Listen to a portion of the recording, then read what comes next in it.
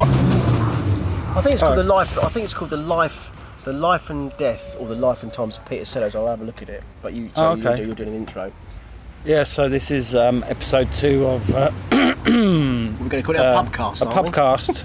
It's Spodcast Pubcast. A pubcast presentation. This is pint number 2, so you've already missed... pint number 1. Yeah, and quite an interesting conversation It's downhill from now because it's pint number 2. But Ashley was just telling me about... we were just talking about Peter Cook and Dudley Moore and... how interesting the dynamic was between them, because Peter Cook was obviously, well, not obviously, but he was privately educated and university, Cambridge or Oxford, Cambridge I think, wasn't it? Oxford? I don't Peter know. Cook? Yeah. I can't remember. Was it Cambridge? Was he one of the... Footlights. Was he the pre-Footlights? Yeah, it was Footlights, wasn't it? Yeah, he must have been, because the didn't Footlights guys like Stephen Fry kind of held him in high esteem, didn't they? Because they'd gone to the same... Yeah, and Dudley Moore went there as well, didn't he? But he was from working class background. Did he get a scholarship or something? Yeah, history. Yeah, through because of his piano playing, I think. Oh yes, of course. He was a very good piano player. Pianist. But not a pianist. Easy mistake to make. Yeah, so we were talking about that, and that led us to you saying about the... Well, we were saying that would make a good film. Oh yes, the dynamic of their relationship and Dudley Moore, and the jealousy. There was, by all accounts, a lot of envy for on Cook's part with Dudley Moore's success in Hollywood. Yeah, and he pretty much, I think you could say, sort of bullied Dudley Moore, didn't he? You can tell in some of the sort of Derek and Clive stuff, can't you? And you know, he belittles him. Yeah, and sort of Moore laughs it off quite often, doesn't he? Like, ha ha. Yeah. You know, does a bit of... Yeah, but it probably sort of really... But it probably did hurt. Wrangled him. Yeah, it probably did. So there probably was a bit of like, you know, payback when he made it in Hollywood. Yeah. And he, you know, he'd made a success, had quite a run of 10, wasn't it? He did, and Alfie. Yeah. Arthur. Yeah. Sorry. Arthur too. They did 2 of those, didn't they? And he was... This wasn't one of his best, but wasn't he in Digby the biggest dog in the world? Yeah. Was he in that? He probably wasn't there. And wasn't he in the Christmas movie? Oh God, yes. Santa Claus the movie. Yeah. Where they butchered loads of reindeer. Yeah. Yeah. So probably not his best. Yeah. I can smell garlic. Someone's having a pizza. I wish we had smell-o-vision. Yeah. But yes, how that dynamic would make a very good film. And then I sort of went on to talk about, I was just mentioning to Calvin, who'd not seen this film, The Life and Death of Peter Sellers. Did you know that film existed? No. You didn't even know it existed? No, and when you said Geoffrey Rush played him, I looked like him, doesn't does really look like him, really, no. But he is a brilliant actor, so... A bit of a chameleon. Yeah. I think it was kind of... Not straight after, but it was kind of off the back of Shine, that film he did about the pianist. Have you ever seen Shine? Yes. Didn't he have like locked-in syndrome or something, didn't he, that guy? But he could still play the piano. I'm trying to remember. I have seen the film. I'm sure they thought he was like mentally disabled, but really he had some sort of locked-in syndrome. And then he became a professor after that, didn't he, and taught piano. Yeah. It's quite a fascinating story. That's going quite far back, isn't it? Yeah. Was that 90s, late 90s? I remember going to see it. Yeah, he's an interesting actor, isn't he? But The Life and Death of Peter Sellers is a good film, and I was trying to think who played, because he was. Did he marry Britt Eklund? Yeah. Well, that's played by Charlize Theron. Oh right. Who does a good. She does impersonation. Yeah. I don't know if you want to call it impersonation. She just looks good looking, so that's pretty much Britt Eklund, wasn't it? Really. I mean, I wouldn't say. Did Britt she do Eklund's... the Swedish accent? She may have done a bit of Swedish. Swedish. Oh yes. Oh Peter. Oh Peter, don't put that there. It's not right. You're crazy. Let's go to IKEA. You need therapy. Yeah, he was a. You're funny. I like you.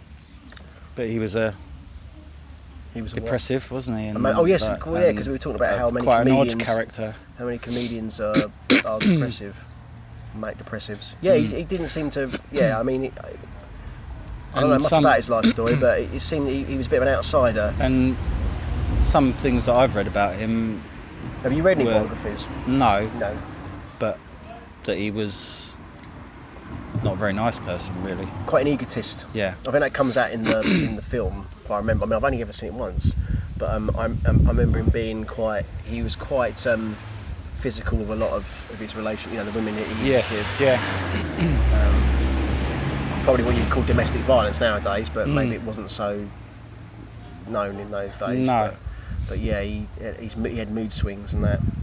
He did like a pretty lady, didn't he? He did like a pretty lady on his arm. But I don't think they were married very long, him and Brett Eklund, were they? They did they have a child or not? No. I don't think they did. And then just before his death, because the film goes right up to the... Was it called Being There or something? He did a film called Being There, which was a bit of a vanity That was his project last film, wasn't it? That was his last film. And the movie goes up to that point. Didn't he die just after that? I think he did. I'm not even sure. He may not have even seen the film. I think he may have. I think it may have been released before his death, but he died quite soon after. But I think he was married or with someone other than Brett Eklund in his later life, and I think she took most of the estate. Oh, right. Because they were married. They must have been probably married. Acrimonious. Yeah, I think there's a bit of contention there. Family. There was. I seem to remember when the film came out, there was a bit of controversy about that because I think they did have a child. They may have. Him and Brett Eklund? Yeah, Victoria Sellers. I think she was like quite a wild child. I don't know what she's doing now. I'm going to Google it. Yeah, she was like heavily into drugs and stuff. So she's probably inherited her father's tortured genes. But yeah, Being There, that was quite a... Yeah, I'm not sure about that film. But you said it was quite personal to him, like... Did you say that? I think it was. Well, I didn't, but I will do. I think it was. Well, it's a vanity project, so I guess. Yeah, I think it was something he had a lot of stock in, didn't he? The character was like pretty, like a blank, as I remember it. Anyway. Probably how he felt. I think that's probably the true Sellers, because he hid behind all these characters that he played, didn't he? Exactly. Who was Peter Sellers? Yeah. Who was the real Peter Sellers? Yeah. Victoria Sellers is a British model, actress and comedian. Yeah, Brett Eklund. You're right. Yeah, it's her mum, obviously.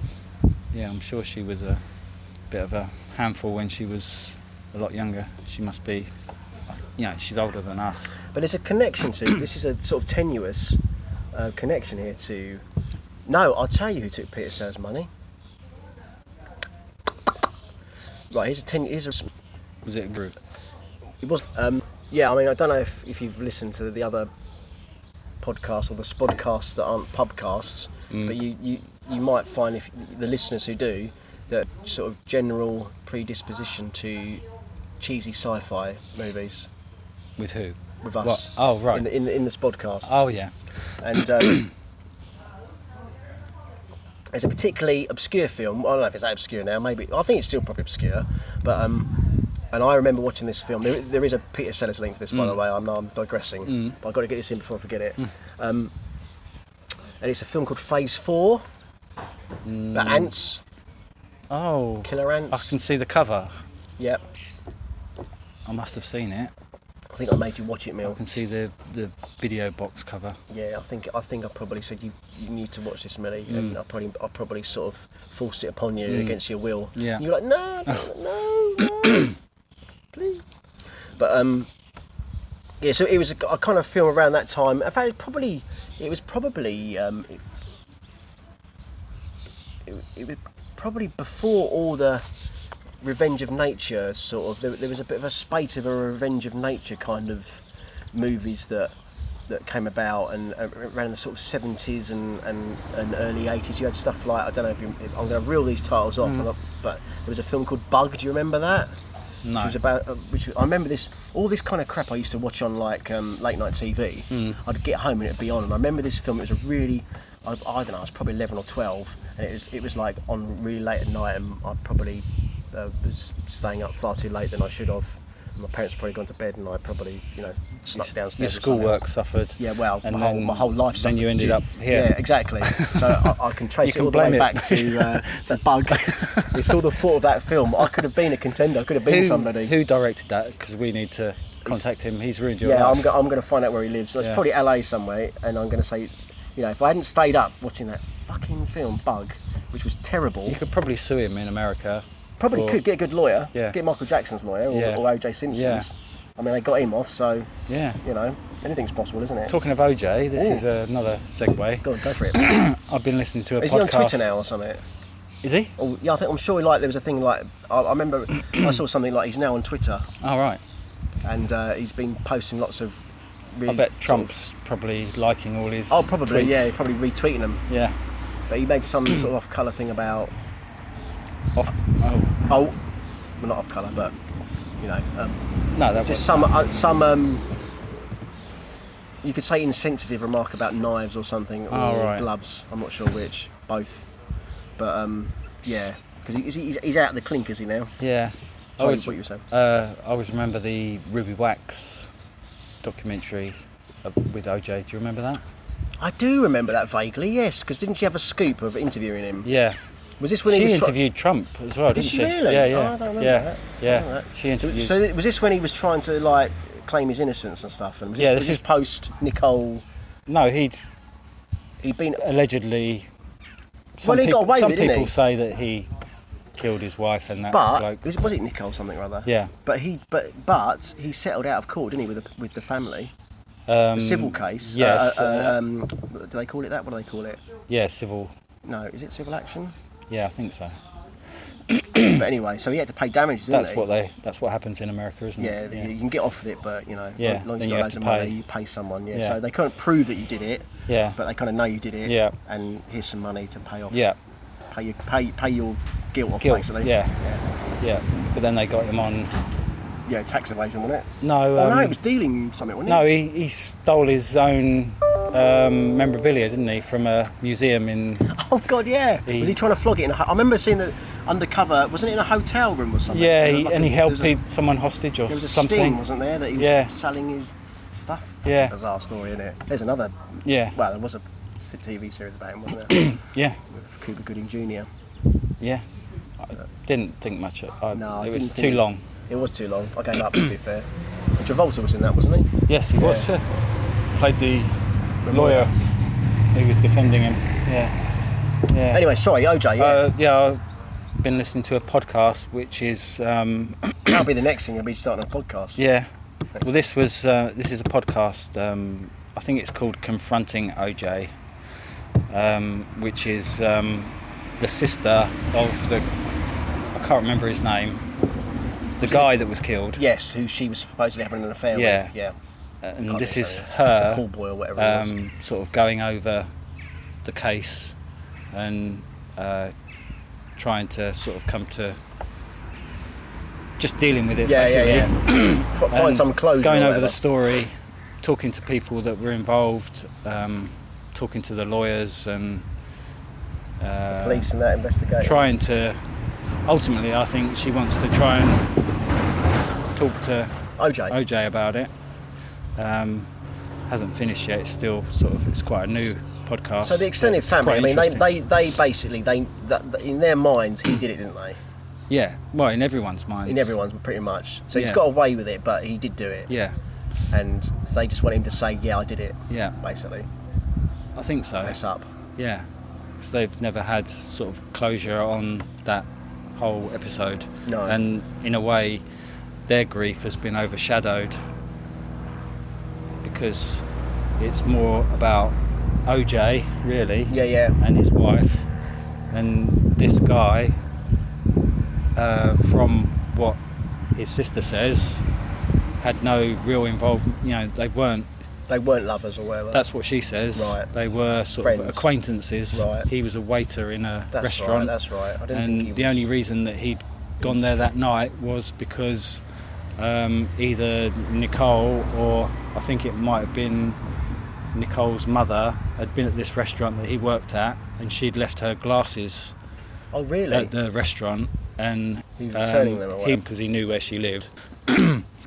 And that is when OJ turned up, supposedly turned up, and in a fit of rage stabbed them both. Yeah, but he nearly decapitated her. Yes, yeah. I watched a documentary on Netflix. Have you watched? Did you watch that? No. It was about him. It was about basically the fall of him. Really, to be fair, that was more interesting than the TV movie thing, I thought. And it was basically how because he sort of came from nowhere, didn't he? And he ended up being in stuff like Airplane. And, and a Naked Gun, obviously, like carving a Hollywood career. Yeah. But how that he never. There was a really interesting thing where. I mean, obviously, it's kind of the interpretation of this documentarian who made this documentary, but how his take on it was that OJ was really he was very insecure about his blackness, right? About being black, and he would always. That's why he would always mix with white people. Oh, right. And he didn't actually have any black friends. Oh, right.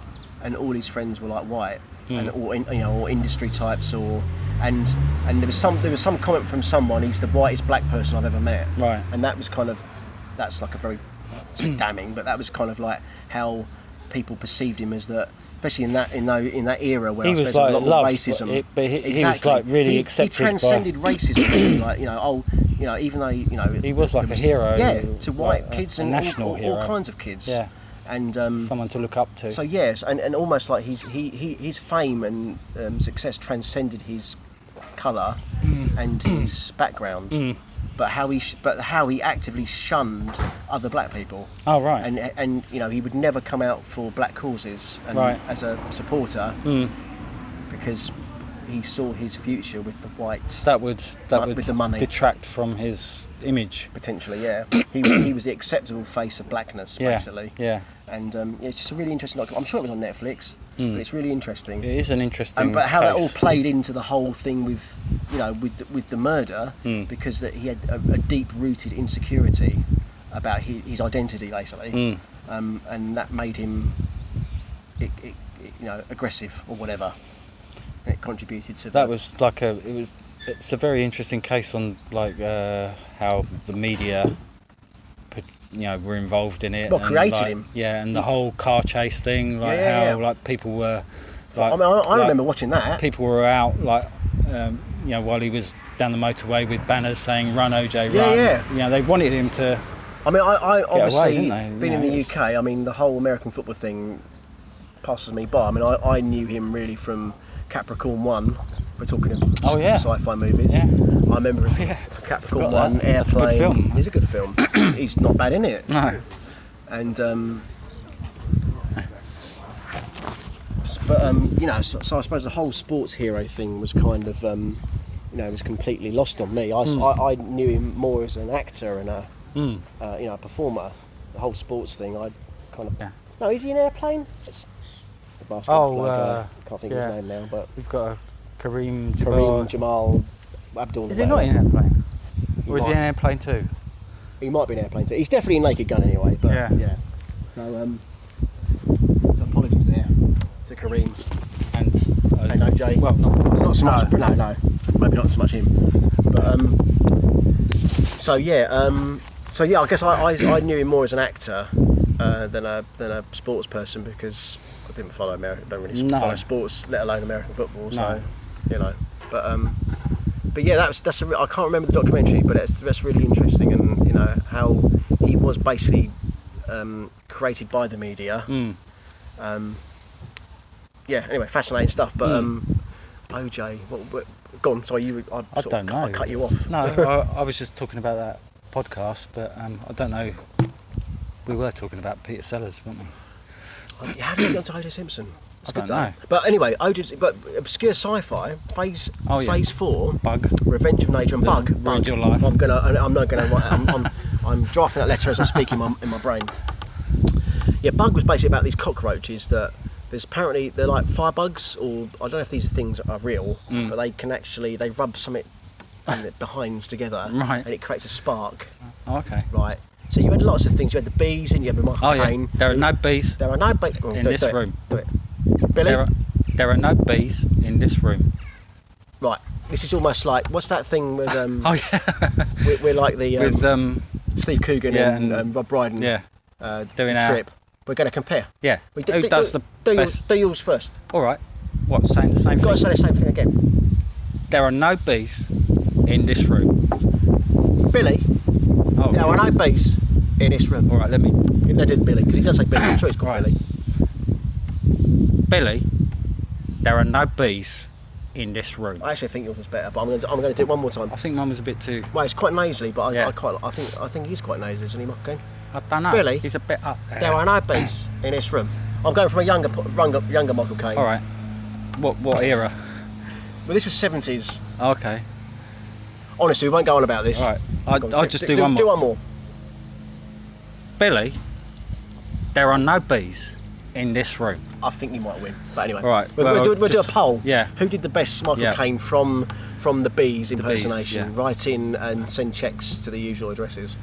But yeah, she had like disaster movies. She had Earthquake, Poseidon Adventure, blah blah blah, and they were probably obviously thinking, "Ooh, we need some. What's another natural disaster? Oh, let's have like infestations of insects." So you had the bees, you had bug, which was like I say these bugs that could create fire. I remember this particular scene where there's a woman, and one gets in her hair. And obviously, you know, it was the era of hairspray. There was a lot of hairspray being used, and it ignited her hairspray. Oh. And basically, she was like a tinderbox on fire, screaming like that. Ah. And she burnt to death. And it was those pesky bugs, Ooh. sort of fiery cockroaches things. Right. But so you had all these Revenge of Nature's movies and The Blob. The Blob. Was that a nature? The Blob wasn't. That's from space, wasn't it? I don't know. Well, just throw that in there. It wasn't a natural. Steve McQueen. It was Steve McQueen's fault. Yeah, but I think the Blob was from space, wasn't it? That's the thing. Steve McQueen wasn't. He wasn't from space. No. He could have been from inner space. But so yeah, you had Jaws, obviously, shark. There's a bumblebee. Yeah. They attacked us. That's Yeah. Revenge of Nature. Yeah. That's all you've got to you, mate. Yeah. There's That'll no be the next. wasps. The birds. Anyway. The birds. Yeah. Obviously Hitchcock. Yeah. And Yeah. That yep. ruined everyone's Appreciation of of birds. Anyone with a seagulls. phobia of birds. Yeah, it must be awful. Arachnophobia. I'm not Jaws. sure- Jaws. So have we had we haven't really had Cujo. I watched recently. Mm. But Phase 4 was Ants. Right. But getting to the Peter Sellers Mm. link, there was a very attractive British actress in that. She was very young. I thought there'd be a woman There's involved. always a woman involved. There's always a woman involved. And I'm going to have to Google her name because I can't remember her name. But she actually died an alcoholic. Oh right. But before she did, Right. She made that film. well, she made that film, but she also took all of Peter Sellers' money Oh right. because she was the last, that we know of, that I know of anyway. Wife. Were they married? I'm going to find out.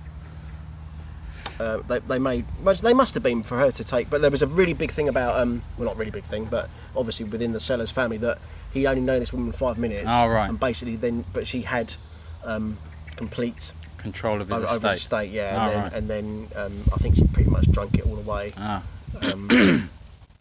So I'm going to put in Phase 4. And she's not bad in Phase 4. I mean, I think that might have been. I would say she was obviously chosen for her looks rather than her acting ability. And I don't think she did a lot of acting. Do you think that's what Peter Sellers saw her in? I and don't think he was too bobothered about her acting ability. No, but he may have seen that film and thought, Phase 4's pretty good. Yeah, but he may have seen her and gone, oh, who's that? Like they used to do in those days. was Didn't she they? a model turned actress? I think she was. I mean, I think probably like Britt Eklund, like he'd probably seen. She was in a Bond film, wasn't she? Britt Eklund, wasn't she? I think he probably saw a Bond film and said, "Oh, find me to his people." I must meet that woman. Yes, find me her number. Or you might have seen Wicker Man. Oh, yeah, well, that dance is enough to make. It certainly stirred something in It did myself. in me. Yes, definitely. That was a real eye opener. Funnily enough, she's not actually in the main cast. Oh, she's Lynn Frederick. Oh, I know her? the name, yeah. Lynn Frederick. Yeah. Lynn Maria Frederick was a British actress, film producer and fashion model known for her classic English rose beauty, girl next door charm.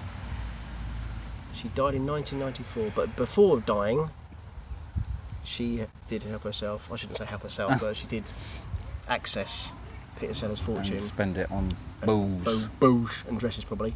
And filmography, she did some obscure stuff, because I remember she did some TV stuff later on in her career. Filmography. Oh my God, No Blade of Grass. Have you ever seen that? It's a really bad sci-fi movie. No. So she liked a bit of sci-fi. Oh, Nicholas and Alexandra. Have you seen? That's a really good film, that, actually. That's got... Who's in that? A very esteemed... Is that about... Tsars, Russia. Yeah. And the murder of the children. She was... Vampire Circus, I remember that. Do you remember that? I think there's a bit of nudie dancing in that as well. Lots of... Yeah. So she didn't mind... She was Catherine Howard in Henry VIII and His Six Wives. She was in The Amazing Mr. Blunden. I've heard of that. Terry Thomas, or who's the other guy? Who was in The Railway Children? That guy. Lionel Jeffries. Yes, I think it might be. I could be wrong. Is he still No, he with can't us? be, No. I'm sure she did tell her. She did a film called Schizo. And The Prisoner of Zenda. That was her final film role in 1979. Oh, right. I might have to hunt her down, because she's not hunt her down, but I mean her roles, because she's got a very sort of, like they said there, very English Rose kind of, you know. I think she went a bit permed towards the 80s and did a few TV. That says her last film role, but I'm sure she did like, you know, Remington Steele. No, well, I think more American stuff, Remington Steele, because they all relocate to America, don't they? And The Equalizer or something. Well, I've done that. Or, you know, Guest star on... she was at the bar at the Airwolf Columbo. in an episode of Columbo. Everyone was in Columbo. Yeah, she was knocking back a tequila in Columbo. Whatever. I always remember the Columbo episode with... what's his name? William Shatner. No, Prisoner. Oh, Patrick McGowan. Yeah. Yeah, Do you remember that one? I think I do. Yeah. He was a bit of a thespian, wasn't he? He was a thespian. Another alcoholic. Was he? Yeah. He was an alcoholic. Yeah, I Okay. think that got him in the end. Goes with the territory then, I suppose. But yeah, I used to love watching The Prisoner. Come home very late at night. A night on the Source again, you know, from the pub. Turn it on. There it was. Like, I mean, just mind expanding Can you stuff. do Patrick McGowan in Prisoner? I can only do "Be Seeing You." Not, Anyone can do that. I'm not a number. I'm a free man. And that You won't funny, get it. that funny, that funny weird ball that used to chase him down the beach, or That's it. Very, or I through mean, the great village. sort of back in the village again. Iron Maiden. Did they make no? Song. Weren't they going to make that? Did they make that into a film? They made it. Mel Gibson was developing it. Yeah. I believe, and he was going to be in it because he obviously Braveheart. It would make a good film. Let's make the connection. Let's do the weaving. Right. He was in Braveheart. Was Patrick McGowan? McGowan was in Braveheart. Was he? Yeah, he was the one with the leprosy. Oh, right. And they'd met, All right. and maybe McGowan had said, "Oh, he would be perfect for." For number he never one. had a name, did he? He was just number one, wasn't Number he? one. And perhaps Gibson, like, you know, they'd probably been out on the piss, hadn't they? And he'd gone, "Yeah, fucking too right, mate. You know, shit, I can do anything. I just, you know, I'm Mel Gibson." So maybe he thought like, I'm not saying he talks like that. I don't think he does, but he sounds more American now, doesn't he, Mel? He's been rehabilitated, hasn't he? He's no longer a anti-Semite. Yeah, he's recanted his anti-Semitism, and now he's again a legitimate Rehabilitated actor. in Hollywood. Yeah, they're kind of. I've always liked Gibson. I remember, aside from maybe his, beating up his girlfriend and stuff, I'm not a big fan of that. But I've always liked his performances. He was always quite dependable. He was a bit of he was almost like your rough Tom Hanks, wasn't he? You knew that he would give a solid actor. You know, not perhaps always exceptional. No. But he would give a solid performance. And probably someone that you would like to go out with. Have a drink with. Yeah. But not too many, because he might beat you up. Yeah, he probably would hit like you, wouldn't Crowe, he? He might At the end of the night, kick the shit out of you. Yeah, he would, wouldn't he? Yeah. Maybe I wouldn't go out with him. Because you might say, that man without a face was a bit shit, wasn't he? Yeah. You go, you fucking boom. You might do that or something. But Mad Max, of course, I mean, classic, iconic role. I mean, we are going off on a tangent here, but I as much as I question Mel Gibson's dubious politics, because he's got a bit His of that Catholicism. He's weird sort of. It's not even like Catholicism. It's kind of like weirdy. It's like a sort of splinter. Don't they sort of? Isn't it something where they think the Holocaust was over-exaggerated or whatever? Oh, right. There's something about that. Oh, right. I hear. He's like an extreme... Yeah, it's like extreme Catholic. Right. And obviously the wife beaten and the girlfriend beaten. Yeah. But I did really miss him from Mad Max Fury Road.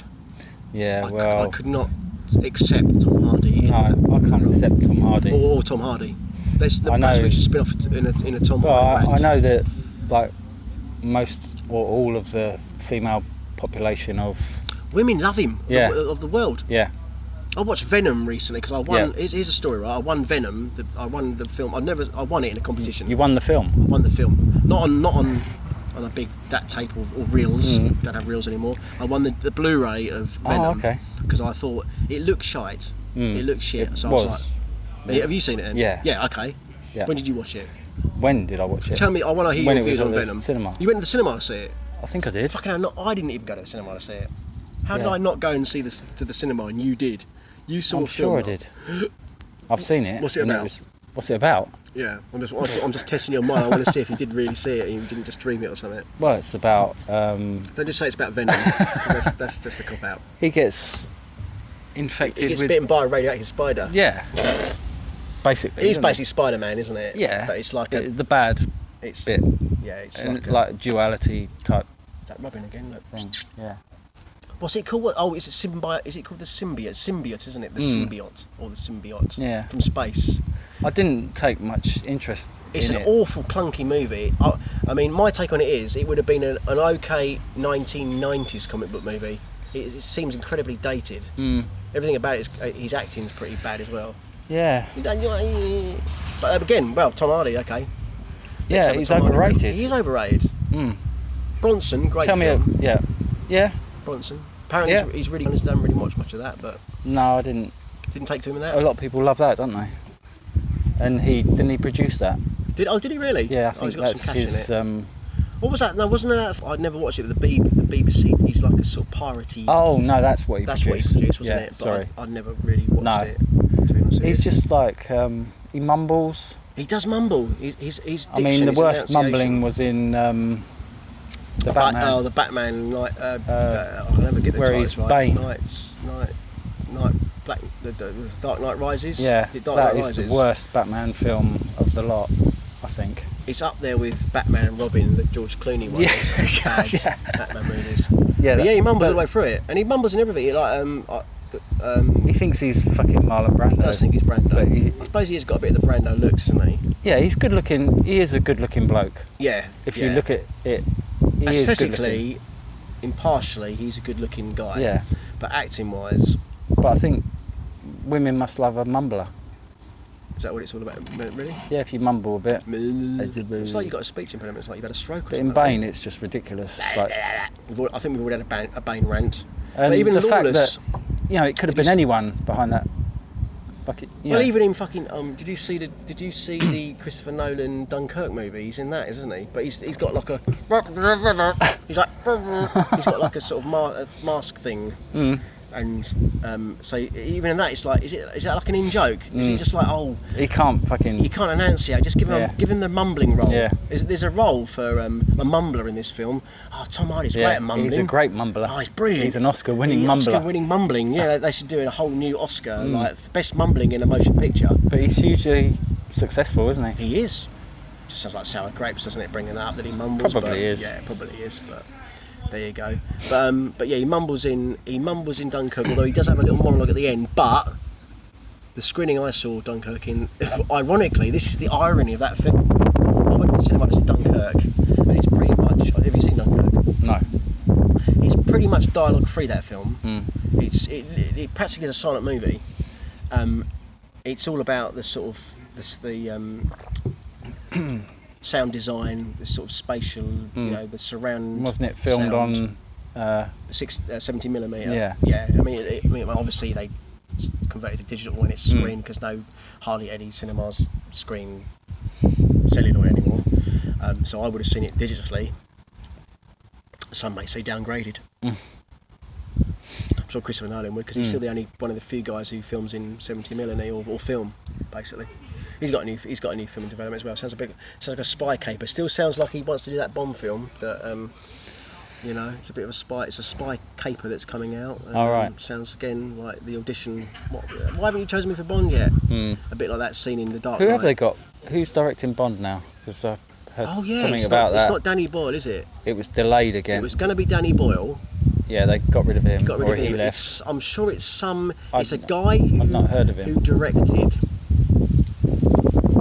Having real problems, isn't it, that film? He's a TV. I mean, he may have done features as well, but what was the film with the TV series, HBO series with? It started off with McConaughey and Woody Harrelson. Oh, True Detective. True Detective. Yeah. It's him. Oh, right. I think he's Japanese. Yes. I'm sure he's Takewaki or something. Yes, something like that. Yeah. But yeah, by all accounts, a very competent director. Because I read something that but they probably, shooting was but delayed. to be fair, they needed someone quick, didn't they? Because Yeah. it was all going to be Danny Boyle, and then he backed out the last minute. So it probably was like a mad rush. Shit, we need a director. Then they had a massive explosion, didn't they, on there's stage? Explosion, and didn't Daniel Craig broke sprain his leg or he got fractured his leg or something? So yeah, it's been a bit. It's the cursed Bond film. Apparently. But apparently this bloke, whatever his name is, yeah, they were filming, and filming was delayed. Yeah. And it was because he's like a massive video game player. Was he playing War of He was on his PS4, and he couldn't. He couldn't leave a game. Yeah. I'm playing Call of Duty. Yeah, you're going to have to. So they were all waiting for him. You're going to have to delay filming. And he was like, no, I've got to finish this. I'm playing Call of Duty, mate. You're just going to have to wait. Yeah. And he was on like I'm on a campaign. Yeah. Yeah. Is that the rumour mill? Well, apparently. Rumour control. These are the facts. So yeah, it's the cursed Bond film. It's the cursed Bond I don't know film. Has it got a name yet, or? I thought it was syphilis or something, wasn't it? It's the one where he contracts a sexually transmitted disease. Oh yeah. Well, he gonorrhea. He must gonorrhea. He Gone should. in the rear. Yeah. Gonorrhea. What was that rhyme with? Gonorrhea. It's been a year. I mean, you could do a few sort of. Who's going to do the theme? Hopefully not Probably Adele again. Ed Sheeran or. Oh Christ! Can you remember that? Can you imagine that? Normally someone. Middle of the road. Although Chris Cornell did do one. He did do. I don't know why he did it. I still think that's probably the second best Bond theme after Live and Let Die, to be fair. Had a bit of balls, that song, didn't it? You Know My Name. Yeah, I kind of lost interest in Bond. It's like, what was the last one? Was it Spectre? Was Spectre the last one? I haven't. They've all kind of seen merged to one me since now, like Spectre and... What was the other one? It's not relevant. It's sort of, it's kind of, they're trying to update it and make it relevant, but it's still got that hangover from the sort of 60s. It's dated, isn't it? It's really? dated. It's probably why you had Austin Powers kind of parodying it in a way, Bond films. It probably works best as a parody. It does, yeah. With like, even though Roger Moore wasn't my favourite Bond, I think he had the best take on Bond. The probably. tongue-in-cheek sort of element. Yeah. This is all I did prefer Sean Connery, but I'm not a huge Bond fan. I still like Dalton. I thought they should have given him another film. Yeah, but he was too much of an actor, yeah, wasn't he? probably. I was never keen on Brosnan, really. No. I always thought he was just a bit... He looked like a sort of model. Yeah. But he didn't have any no depth to him, really. Too stiff and... Yeah, exactly. Rigid. Yeah. Great as a sort of model. He looks like Bond. He looks like Bond. Yeah, definitely. Yeah. But I guess everyone's got their own opinion on what Bond should be, I guess, but... Yeah, I don't know how you go with that, really. It's like, it's a tough one, isn't it? Because obviously... They make so much money now, They do, yeah. I mean, the last one made a... Was it the last one that made a bit... No, I think the last one wasn't as successful. It was the one... what was the one with... Where he ends up at the place he was born in Scotland or something. Spectre was the last one, wasn't it? What was the one that Adele did the theme tune to? Think of the theme tunes. That's how I remember Bond films, by the theme tune. I can't. No. I can't remember. Did the Spectre was that high pitched guy, wasn't it? The English bloke. Sam Smith. Sam Smith. But I'm sure that was Spectre, which didn't rhyme with anything, so they had to do like a completely different song that didn't have Spectre in the title. But what was it? What was that Adele song? So it was Casino Royale, wasn't it? That was the first. Yeah, that's the only one. That's the only one that I've seen. That's a decent one. And then you had that was the beginning of the reboots, wasn't it? And then you had what's it called? I'm trying to think. It doesn't matter. Anyway, I'm not being a big Bond fan. I can't remember him. GoldenEye. I keep thinking of GoldenEye, but that was bloody Brosnan, wasn't it? But anyway, where were we? Bombs. The cursed Bond film. Not really that interested. Out till Christmas 2020 or something, isn't it? Now, but we were getting on the kick of. So we've gone through tragic comedians. We've sort of digressed to OJ Simpson. I like it. I like the way this is all spinning off. It's got an arc. It has got an arc. Sort of tragic. Where's it going to end up? I don't know. Who knows? Probably with me getting another drink. Yeah, probably. I must just apologise for any sort of noise you can hear in the background. It's someone's mowing their lawn, which is pretty inconsiderate. It's very inconsiderate when we're recording over here. And they're getting closer now, so I'll tell you what. The theme song from that film with Adele, it was his residence. It was the name of his residence. That was almost the Black Beauty theme tune. Do you think they thought like, what's a really good melody? Oh, what about that old, the Black Beauty theme tune? Yeah, let's use that. Yeah, it could almost be a Bond. Yes. Yeah. I used to love Black Beauty. That used to, I think, probably mainly just the theme tune. Really, I think I lost interest. Not the horse. I quite like the horse, but I think once the episodes got going, they were all a bit boring. We're like, let's take the horse out for a run. I can't even remember. Was it like Lassie with a horse? I think it didn't talk. They wasn't like they weren't like Famous Ed. Where are the children trapped? Black Beauty. It might have been. I don't know. I can't remember what it was about. Really. I know it's about a horse and a girl and an old man, which probably you couldn't get away with these days. That sounds like something really different, doesn't it? That's probably a horse, a girl, and an old man. That's probably like a different film in itself. A recipe for disaster. Right, this is really annoying me now. So Adele Bond theme, because it's just like gonna. Skyfall, Jesus Christ! I bet people are out there screaming like, "It's fucking Skyfall!" Well, that's his residence. I think it was. Yeah, I think it's called Skyfall. What, in Scotland? In Scotland. Skyfall. And the story goes about that film is. Have you seen that one? Is Sean Connery Sean Connery was going to be. Father. Yeah. Well, they wanted Sean Connery to be. Well, because I think it was was it the 50th anniversary? It was some big anniversary, and the big sort of gimmick would have been to get Sean Connery out of retirement to play a role. You know, you've got the new guy and obviously the old guy, and he just weren't playing ball. Old Connery, he's like, he can't be arsed now. I'm playing golf. Fuck you. Yeah, shoot a beast. You got on your shite. Mish money, penny. That's a really bad Sean Connery anyway. So he basically the Rock. Welcome to the Rock. So he was like, no, I'm not doing that. So they got Albert Finney to do it, because I think, and there is some sort of nod, because apparently Albert Finney was back in the old 60s era, he was touted as a replacement to Connery. Be a podgy Bond, wouldn't he? Well, not back then. I don't think he was. No. But was he always podgy? I think he was thick set. Thick set. Okay, we'll say thick set. But I mean, obviously he was quite rotund in Skyfall. Yeah. But then is he still alive? No, he's dead, isn't he? Yeah. He died a long ago, didn't he? Yeah. Yeah. Very good actor. Very good actor. So yeah, he was in Skyfall. He played like the butler or something, or he'd been the one that was, or the custodian of the Skyfall residence. I don't know what the fuck he was doing, just hanging around waiting for Bond to turn up. And then the last bit of that film is like, it's like Home Alone.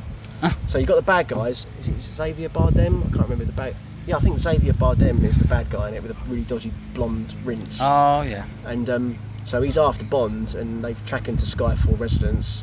And Bond's like, "Oh, what are we gonna do, Fat Albert Finney?" And Albert Finney goes, let's set traps like in that film Home Alone, with Macaulay Culkin. He doesn't. What, he says that? He should say that. Oh, but that's what they do. But that's effectively what they do. So there's like booby traps, spikes and things, and people getting impaled, bit Rambo styling. Oh right. And so it's a bit, not pots of paint on the head. It's a bit MacGyverish. It's a bit yes, a bit MacGyverish, definitely. So Daniel Craig fashions spiky stabbing weapons that kill the bad guys. But I don't really remember how that film actually ends, because I was kind of losing interest in that film. I go and see him now just out of habit now, really. But you go and see him? I'll go and see who? Daniel Craig. I'll go and see him on Habit. Yeah, I sort of stalk him. He calls you up and... Daniel, I'm here, mate. He rings you up and... You don't know me, but I'm your biggest non-fan. He's alright, Daniel Craig, isn't he? Do you think, Do you think when... Because apparently this is his last Bond film, isn't it? Whatever it is, when it's going to be called, Gonorrhea, whatever it is. I don't know. Do you really, think he'll have a career post-Bond? Has he had?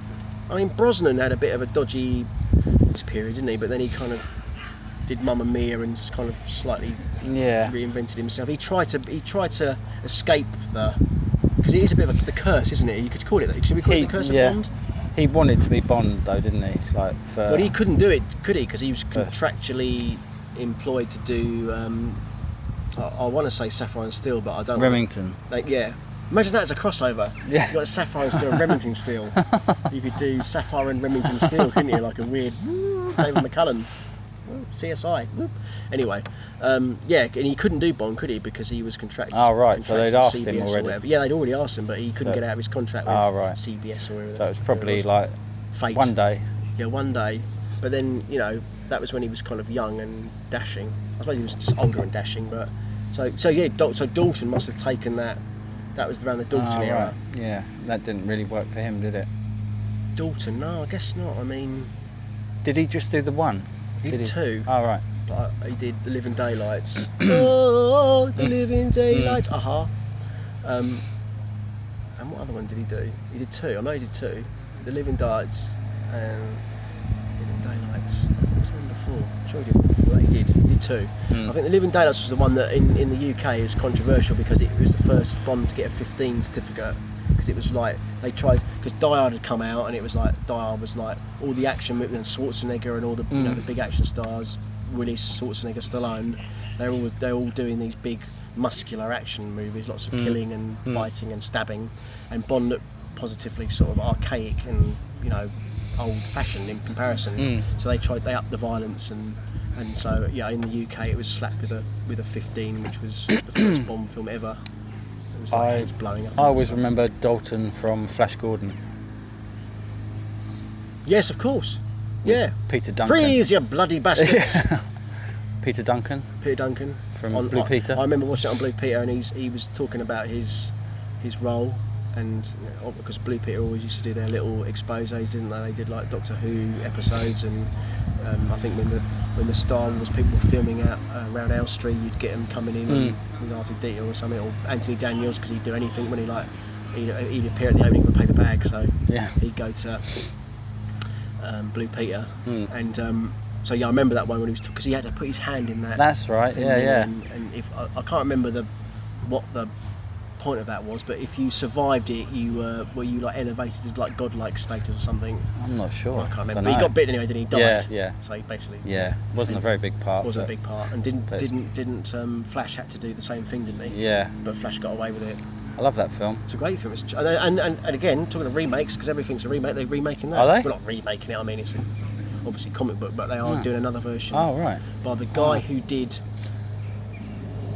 Thor Ragnarok, who is currently filming the live action version of the manga Akira. Oh, right. I think some films you should just leave alone, because that is so camp and so of its time. Yeah. I'm not sure. I mean, Max von Sydow. Yeah, the time. What is this Earth? Let's play physics for a while. What plaything do you have me today? Yeah, Brian Blessed. Yeah, Gordon's. I mean, how are you going to top Gordon's Alive? Yeah. And all that stuff. It's just camp. And the Queen soundtrack. Yeah. What are you going to get Brian May? Get Brian May back in and whoever is singing for Queen? He saved every one of us. He shaved every one of us. Yeah. He may have shaved every one of us as well. But yeah, I don't see. Yeah, like you say, there's some films that are almost sacrosanct, and they should be left. I know they can say based on the comic, because obviously it was a reboot is like a. It was a property before it was a movie, obviously. But I mean, but it's Flash in a way was so iconic. It's like a camp classic, isn't it? Yeah.